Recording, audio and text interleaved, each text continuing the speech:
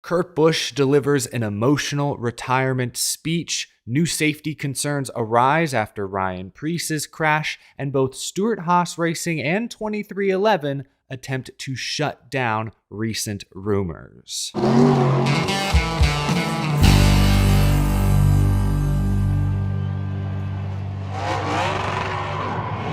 How's it going, y'all? My name is Eric. Welcome to Out of the Groove. We've got a very full show in store today. But first, this episode is sponsored by Aluma.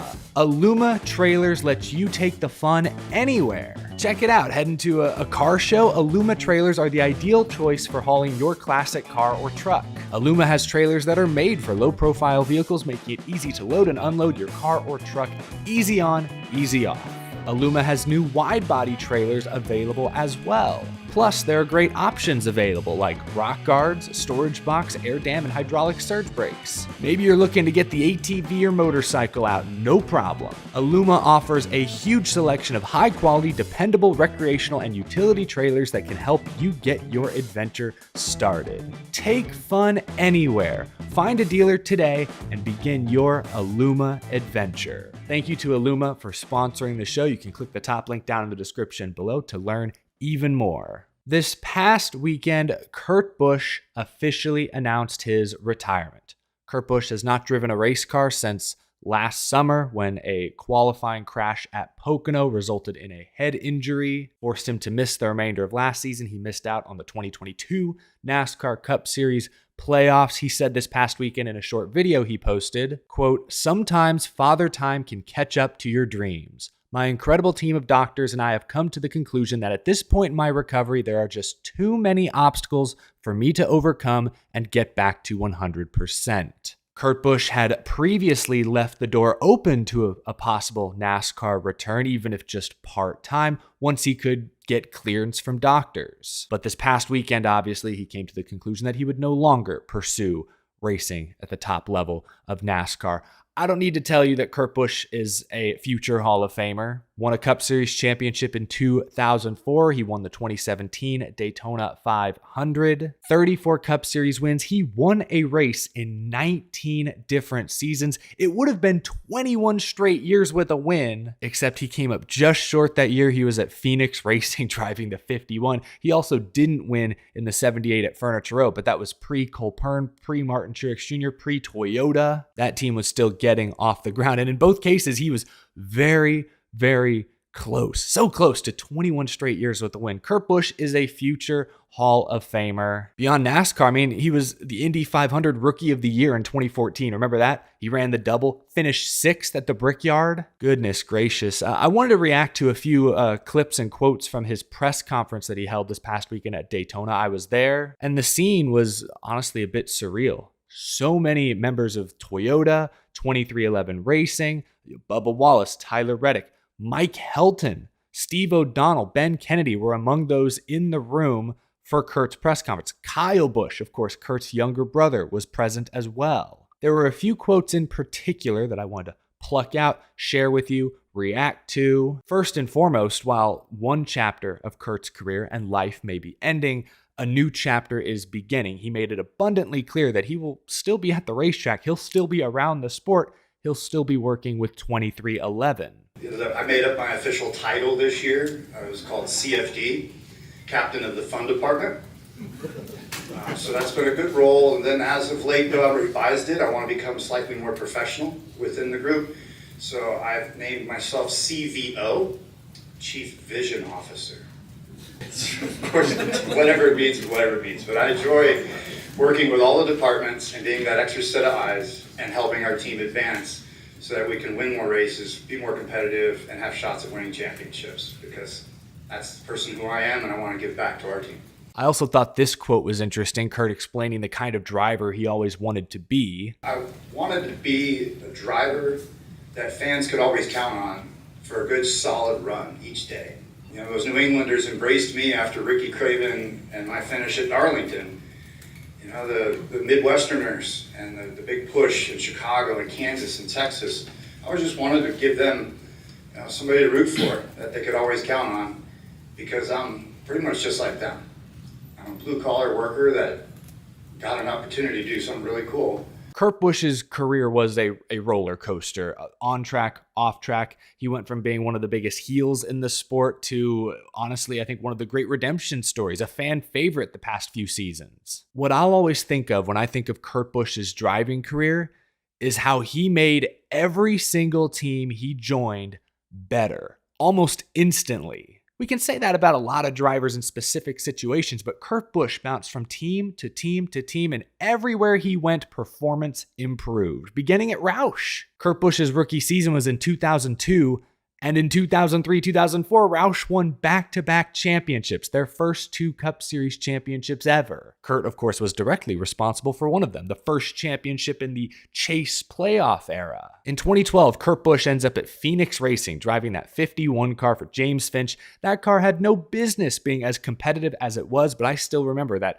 Talladega night scheme at Talladega, Kurt leading laps, and then Sonoma was very much in contention for the win, wound up finishing 3rd. Kurt went to Furniture Row Racing the very next season, and while he didn't win a race, that 2013 was the best all-around season the 78 team had had up to that point. By far, like it wasn't even close. And of course, 2 years later, when Truex and Cole Pearn teamed up, that team was in the championship 4. That year with Kurt Busch was a huge step, a very important stretch for what would one day become a championship caliber, more or less independent organization. We look at how far Stewart-Haas Racing has fallen. Just a few years ago when Kurt Busch was there, SHR had all 4 of their cars in the round of 8. Kurt had 5 poles that season. And then Chip Ganassi Racing. That number 1 car hadn't won a race in like nearly 5 years. I think you had to go back to maybe Jamie McMurray's All-Star win in 2014. Kurt gets behind the wheel in 2019, wins, makes the playoffs. 2020 wins, makes the playoffs. 2021 wins. Every team that Kurt Busch joined immediately got better. That honestly makes me excited for 23XI's future. I think they're genius keeping Kurt Busch around. If he wants to call himself the chief fun officer, the whoop-de-doodle dandy, I don't care what he wants to call himself. He clearly brings value to any race team he touches. I think that's how I'll always define Kurt's driving career. Now, this whole topic is somewhat bittersweet because if not for that injury sustained at Pocono, Kurt Busch would probably still be driving today. He may be in his final season the same way Kevin Harvick is. I thought it was interesting this weekend. He talked about Father Time. He didn't just talk about the head injury. He talked about other physical ailments that he'd been dealing with the past year plus. My body is just having a battle with Father Time. I've had arthritis ever since I can remember. My gout is flared up so much that I can barely walk on some days. Just pushing to get through physical therapy and to continue the workouts. I remember last summer, I was trying to not show that emotion, and I barely could even walk to the car at Dover because I had to have some shots pre-race just so that I could move my knee and move my feet. Those are those moments where things were starting to add up before things happened at Pocono. Kurt Busch has handled this whole ordeal with tremendous grace the past year. He would have had every right, in my opinion, to be a little bitter, to air some frustrations. NASCAR unveiled a car that was not as safe as it should have been. Several drivers were sidelined with concussions or concussion-like symptoms. If Kurt Busch had come out and expressed resentment, I think everyone would have said, hey, he has that right. But he hasn't done that. Instead, he's even praised NASCAR this past weekend for the changes they've made since his crash and other crashes like it. So we'll kind of transition a bit here away from Kurt Busch into a more broad, brief safety conversation, because I think eyebrows were raised at Daytona when Ryan Preece went flipping wildly. I saw a video actually from NBR on YouTube. I'll put a link to his video down in the description below. He says in the video he has 2 different mechanical engineering degrees and was breaking down detailed elements from the flip. Talked about how the flat underbody, when it's not pointed forward, creating downforce, it often has the opposite effect. He also pointed out what many have pointed out: the roof hatch snapped off, leaving part of the cockpit exposed. Also the window net, which serves a key purpose, helps keep the driver contained, also keeps debris out became at least partially detached as well. NASCAR did take Ryan Preece's car back to the R&D center this week. They'll be studying it. I wouldn't be surprised if somewhere down the line we hear of new tweaks or edits getting announced, because certainly those two failures should not happen. I understand NASCAR, they do their best, but it's very hard to protect against any and every crash. Like, that Ryan Preece flip was one of the most violent we've ever seen. Like, there's a whole generation, maybe 2 generations of NASCAR fans who've never seen anything quite like that. You got to go back to some of the blowovers from like the early 90s. I've seen Hollywood crashes look more realistic than what happened Saturday night. So NASCAR will do their best. They can't protect against everything. There are always going to be sort of outlier crashes, but that doesn't mean they should ever stop trying. And basic things like the roof hatch shouldn't fail that quickly, that easily. I think Denny Hamlin mentioned it on Actions Detrimental this week. I was listening that during an early next-gen test, he just accidentally detached, like loosened the roof hatch, just like bumping it. It blew off apparently during a test, and all of a sudden he had a sunroom in his car. That's what he was explaining on his podcast. Like, that that sounds like something that needs some changes sooner rather than later. But I guess I want to wrap up this segment by taking one of your comments from Out of the Crowd from my most recent video. This comment came from Waltrip Flair, and they said, "We always give NASCAR hell on these comment boards, so let's take a moment to give credit where credit is due. Without NASCAR's ongoing commitment to safety since Dale Sr.'s passing, we could have lost both Ryans last night." NASCAR and their partners absolutely deserve a ton of credit for the safety improvements over the past 20 years. And I don't think Waltrip Flair is saying this, but I do think it's fair in many cases when we give them grief, especially early days of the next gen. Car had some clear design flaws. I think we were right to criticize them for that. They've done their best to fix many of those flaws since then. They deserve credit for that. But Walter Flair is right, especially Blaney's crash head on into the outside wall. I don't like to get too morbid or hypothetical, but that could have been catastrophic 25 years ago. And even Preece, that center section of that car looked pretty sturdy. Outside of the roof hatch and the window net detaching, it held its shape, it held form pretty well, all things considered. Again, that was one of the most violent flips in NASCAR history. But thank you for the comment, Waltrip Flair. Again, as always, leave a comment on these videos and it may get answered, may be featured in the next Out of the Crowd segment. Now let's pivot. Let's change subjects entirely. NASCAR free agency is still very much in full swing. Let's start with Colleague Racing. Chris Rice, team president, was on SiriusXM NASCAR radio just a few days ago and said this, quote, "The number 31 car is pretty much done. It's in good shape, and like I said from the get-go, I think everybody's going to be pretty surprised with what we're doing with that. I'm excited, Matt Colleague is excited, everybody that is involved is excited about it. That's been a relief. I've been able to sleep a little bit." Justin Haley a few weeks ago announced he would be moving over to Rick Ware Racing next year. Then last week, Austin Hill, who Colleague had been linked to, announced he was staying with Richard Childress. He'd signed a multi-year Xfinity Series extension with RCR. Chris Rice, remember, tweeted, "Wait, what?" Question mark. Haley gone, Austin Hill off the board. I was wondering whether Colleague would be kind of scrambling a bit behind the scenes, but at least for one of their cars, again, the 16 technically doesn't have a driver signed for next year either. At least one of their cars appears to be set. I'm not going to waste too much time trying to guess who they're going to sign. Chris Rice said that probably in the next couple weeks they'll make an official announcement. You look internally first. Chandler Smith, Daniel Hemrick both drive Xfinity cars for Colleague, but Chris Rice says that people will be a bit surprised by this announcement. I don't think Chandler Smith or Daniel Hemrick would be very surprising, personally. I do wonder if they will go with multiple drivers driving the 31. Just last year, that's what they did with the 16. The 16 was a chartered entry in contention for the Owners' Playoffs, the Owners' Championship, but they had guys from AJ Allmendinger to Noah Gragson to Daniel Hemrick driving that thing here and there periodically. Could they do the same with the 31? It makes me wonder.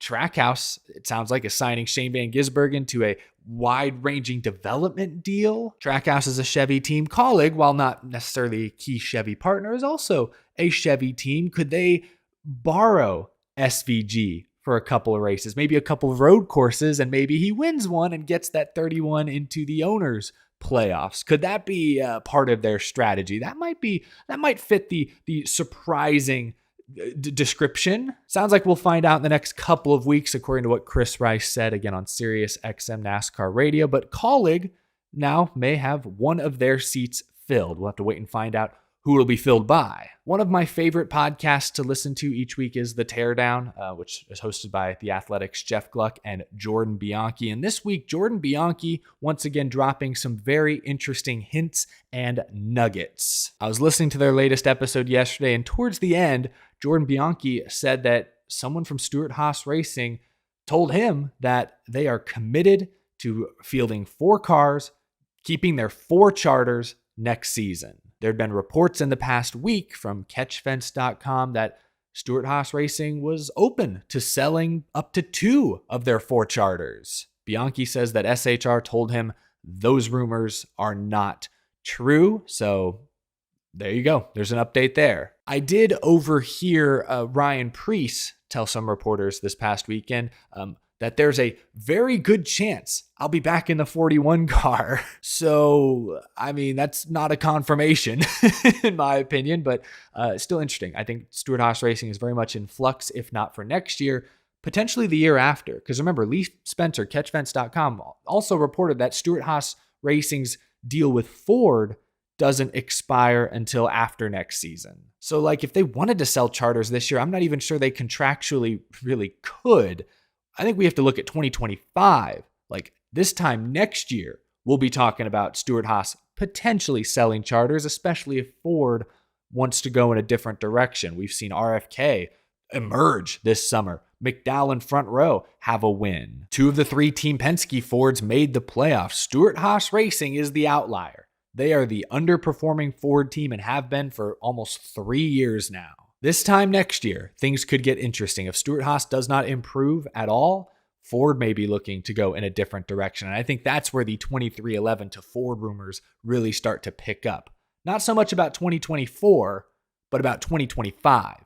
That's when all hell could break loose. Speaking of 2311 racing, Jordan Bianchi, again from The Athletic, also tweeted this on Saturday. I asked 2311 Racing President Steve Lauletto whether 2311 will remain aligned with Toyota in 2024. His response, quote, "Yeah, and no changes for us as far as I know next year." That was another report recently that folks from Denny Hamlin and 2311's camp had met with Ford in the past few weeks. 2311 Racing President saying there that no change is likely for next season. He does say, as far as I know. He is the president of the team. I would think he knows just about everything that goes on inside their walls. But again, I think next year, I don't expect much change. Now, I don't know, would Toyota and 2311 sign like a 1-year deal? Would they sign a 1-year alliance with JGR? Like, I don't know. I feel like those are the kind of deals you want to work, multiple years at a time. But maybe they would. Maybe they'd sign a temporary 1-year agreement. And then at the end of 2024, when the charter agreement is up, the next TV deal is on the horizon. When Ford, their contract with SHR ends, they're looking for a new key partner. Maybe that's when business will truly pick up. But that is months, a full year down the line. I think that's going to do it for this episode. One more bit of news, not really related to Kurt Busch safety or silly season, but Carson Hocevar, I saw, will make a cup start this weekend at Darlington, driving for Legacy Motor Club. He's the next fill-in driver of the 42. Apparently, he was supposed to drive the Spire 77 Xfinity car on Saturday. Instead, he will focus on the cup race.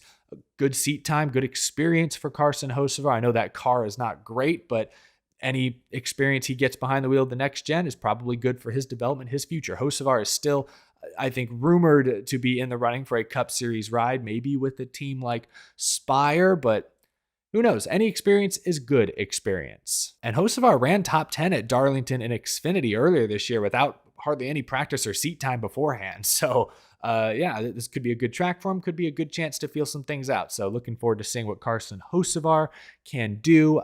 That is going to do it for this episode. We covered a lot of ground. Whew.